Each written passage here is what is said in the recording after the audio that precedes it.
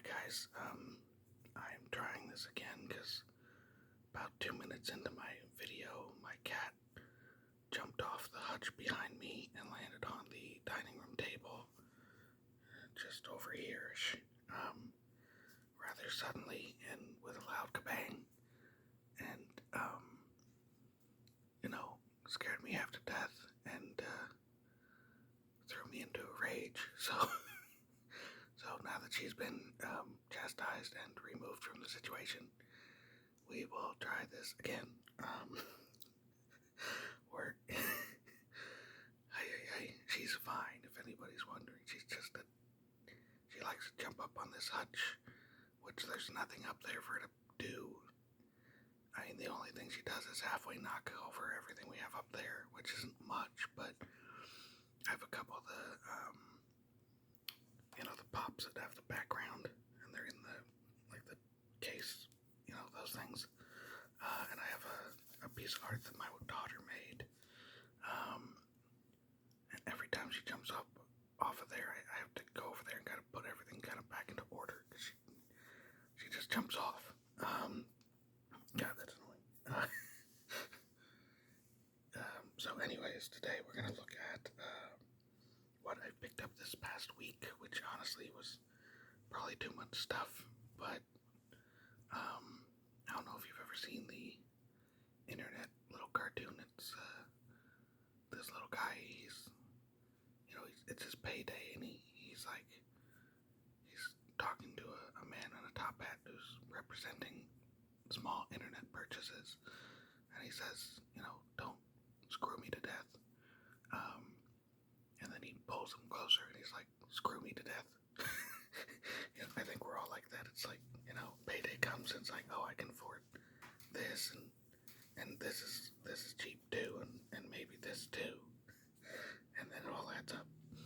So, anyways, we're gonna look at the comics first. This is Action Comics number 1091, written by Mark Waid. This has been like a Smallville story, which you can tell from Clark's sneakers. And it's had Captain Comet in it, who I was talking in the other video before the cat explosion. I like the look of Captain Comet. He's very 50s sci-fi Flash Gordon-y looking.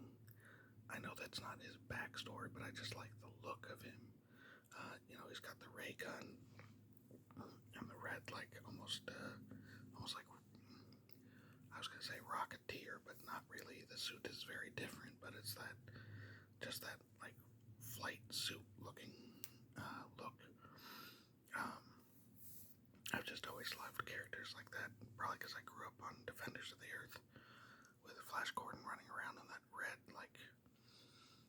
flight suit slash admiral suit. And I don't know, you don't see those characters as much. I've always been a fan of the look of Adam Strange.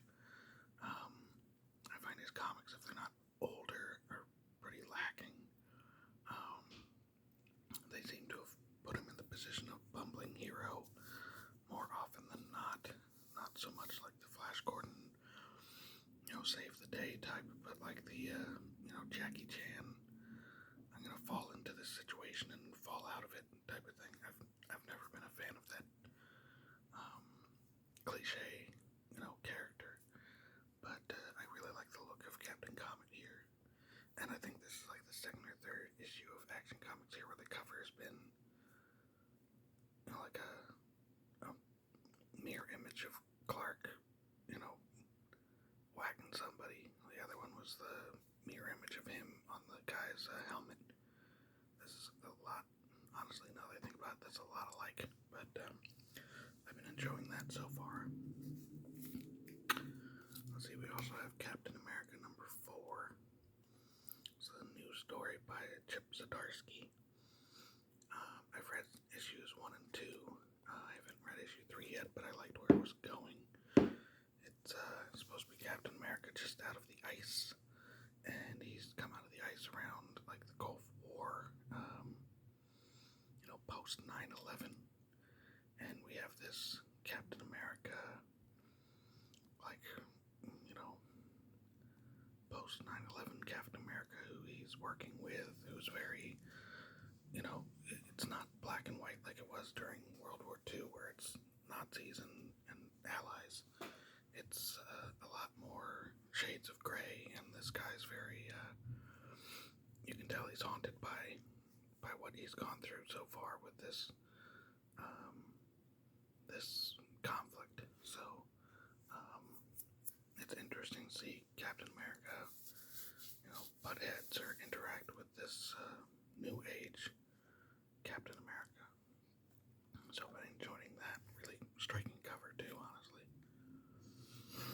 We have Wonder Woman 26. They had quite a few covers. I liked this one, I think, the best. There's one where she was on a horse. I'm assuming this is Trinity as a baby. I think I'm up to about issue 14 or 15. This is issue 26, so I'm not caught up. I just finished the storyline with the evil old guy who's running the U.S.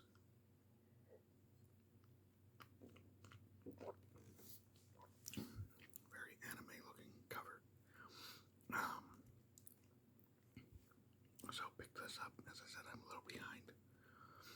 Reading-wise, I just recently sat down and read the issues, let's see, it would be 9, 10, 11, and 12 of JSA, kind of finishing up that first year story, which I thought was good. It's, JSA, I always really like if they can bring in those generational characters, which for a while they weren't, and now they've come back to do that. So I enjoyed that. Let's see, we have Crypto, the Last Dog of Krypton. I believe this is the last issue, so, just a 5-issue story, and they had a few covers, but I thought this was the cutest with, Superman and Crypto sitting on a cloud, basically over Kent Farm. They had one cover where it was like a really big Crypto, and he's like standing on a tree stump, and Superman's flying in the background. And I don't know, I held this one and that one up for my daughter. I was like, which one's cuter? And she agreed that this one was cuter. So I picked this one up. I think I'm only 2 issues into this, so now I can just sit down and finish it. I read the debut issue and then the one with Lex Luthor. And then there was the one where I read issue 3. That's the one where he ran into the girl who was lost in the woods, and he, basically made sure that she got out alive. That was a cute little one. So, yeah, we got those. And then last thing I picked up was this Absolute Wonder Woman trade paperback. This is issues, I believe, 1 through 6. Oh, 1 through 7. There we go. The whole first story arc. So I picked this up because I just recently sat down and read issues 8 through 12, I believe, which was a Minotaur storyline that I came onto because I picked up one issue of this because of the cover. The cover was just like, bam, like just amazing looking. So I picked it up, and then I picked up the issue before because it was the same storyline. So I read those, and I really enjoyed it. I don't know, something about the recent Wonder Woman books has been really well done, from what I can tell. Between Tom King and Kelly Thompson on this. And I'll say I have dabbled in Wonder Woman before, but I've never found a take on her that I found horribly interesting. Like I've picked up Greg Rucka had a long run on her, which I know is very well regarded. I've read some of that. It was, I liked bits and pieces. I didn't think it was, wasn't blowing me away. But Tom King's take on it, and then this Absolute Wonder Woman take have been, I think, really good. If you haven't tried it, I think the main difference with Absolute Wonder Woman is it's very, I don't know, it strikes me as more in line with, like, Hellboy almost. It's not afraid to lean into, like, the mythos and the idea that the gods can be, ugly, creepy things. And then at the same time, Wonder Woman is doing some cool variant covers. Wonder Woman is doing like witchcraft and things like that more often.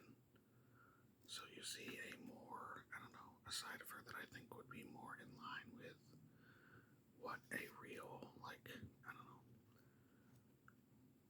Greek warrior from Themyscira might be like, you know. So I've enjoyed the take. And even jumping in at issue 8, I didn't feel like I was left in the cold as far as what was going on. I felt like I was getting everything I needed to understand it. So I appreciated that. When I went yesterday, I took my daughter and we went. They had issues 2 through 7 in floppy. And then they had this, and I'm a floppy buyer. I was so back and forth, but since they didn't have issue 1, since it was 2 through 7, and I knew I'd be missing the first issue, I did just go ahead and pick this up. Also, I did the math and buying, those 7 issues, and they were $4.99 each, regardless of the cover. It was all the regular covers, but 7 times 5, that's $35, and this was only 17. So, yeah, I picked this up. Look forward to that. I also really like this tattoo design. Let's see, now for the non-comic, kind of comic-y but non-comic things. I picked up Fantastic Four today at Walmart when I went for some other things. Yes, I do have Disney Plus. Yes, I'm sure it's on Disney Plus in the next, few days or something. But I did think that I've got the entire MCU basically on DVD and Blu-ray, so, why leave out the Fantastic Four? When the Fantastic Four is done well, it's great. So hoping this is good. I have not seen it, but I will take some time,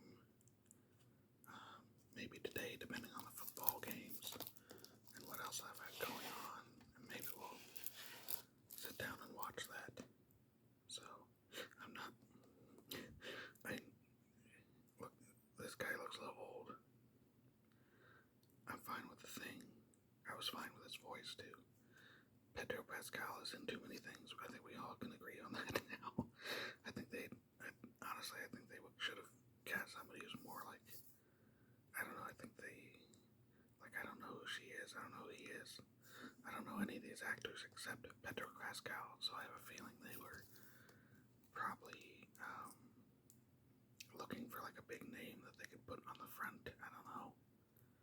Right? I think that's kind of why we got cast there. Who's the director on this? Doesn't even say. At least not on this box art. Oh, there it is. Okay. Marvel Studios. Pedro Pascal, Vanessa Kirby.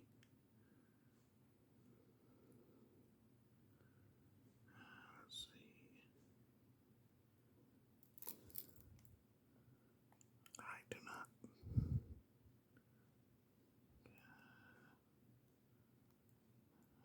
Casting by. Sheesh. Music by. Music direction.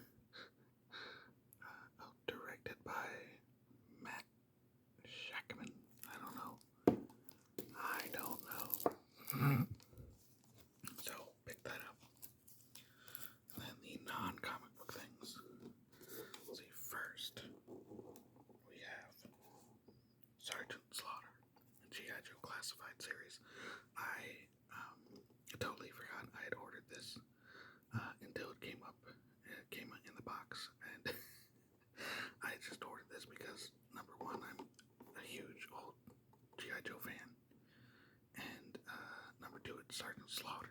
I mean, come on.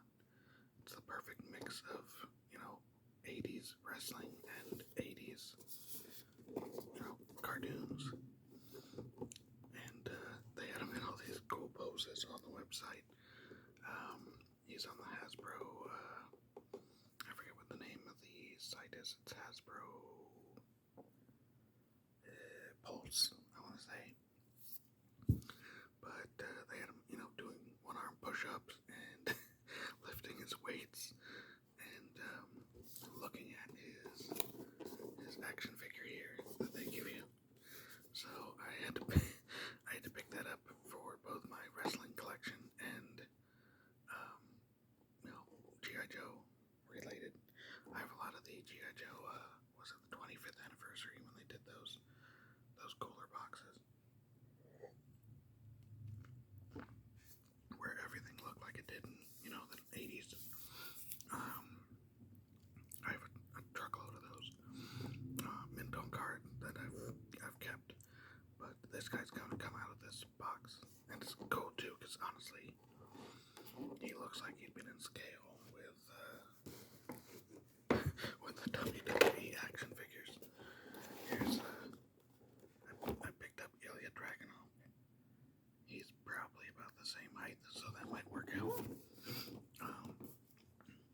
So last thing I picked up today is Ilya Dragunov, who looks like one of his hands is loose in there. He has been away for a while. He was on Raw, and then looks like his nose is broken on this photo. Look at that. It's like it's off to the side. Anyways, he was on Raw for a while, and I liked what they were doing with him. He seemed he's interesting. I know he has a long history with Gunther from their NXT UK days, and unfortunately he was injured, and I guess from what they said this week on SmackDown, it'd been like a year since he was in the ring. And spoilers if you haven't seen SmackDown for October 18th, I think, 17th. He came back and challenged Sami Zayn for the US Championship and won. So he had a little bit of a different look. He's gotten a neck tattoo while he was gone. This robe just strikes me as such a Hugh Hefner Playboy robe. It's kind of silly. But mostly sporting the same look plus the neck tattoo. And I knew this figure had been shelf warming at my Walmart for, probably like 4 months, maybe even 5 or 6 months. Like Ilya here's been in the back of the, he's been in the back section of the figures for months now. And I was like, well, I like him, but he's been gone. Who knows when he's coming back, if he's coming back. So when he popped up on Friday, I was like, oh, okay. If they have him at Walmart this weekend, I will go ahead and save him from the wrestling figure purgatory. So went ahead and did that, and I'll add him to my collection at work. So that is it for today, guys. I hope you enjoyed all of these things that I shouldn't have spent too much money on. I'm sure I will enjoy them, and I will keep them hidden from my wife, who probably would be like, more toys. What do you need those for? Because we don't have this, ma'am. We don't have Sergeant Slaughter with his own action figure.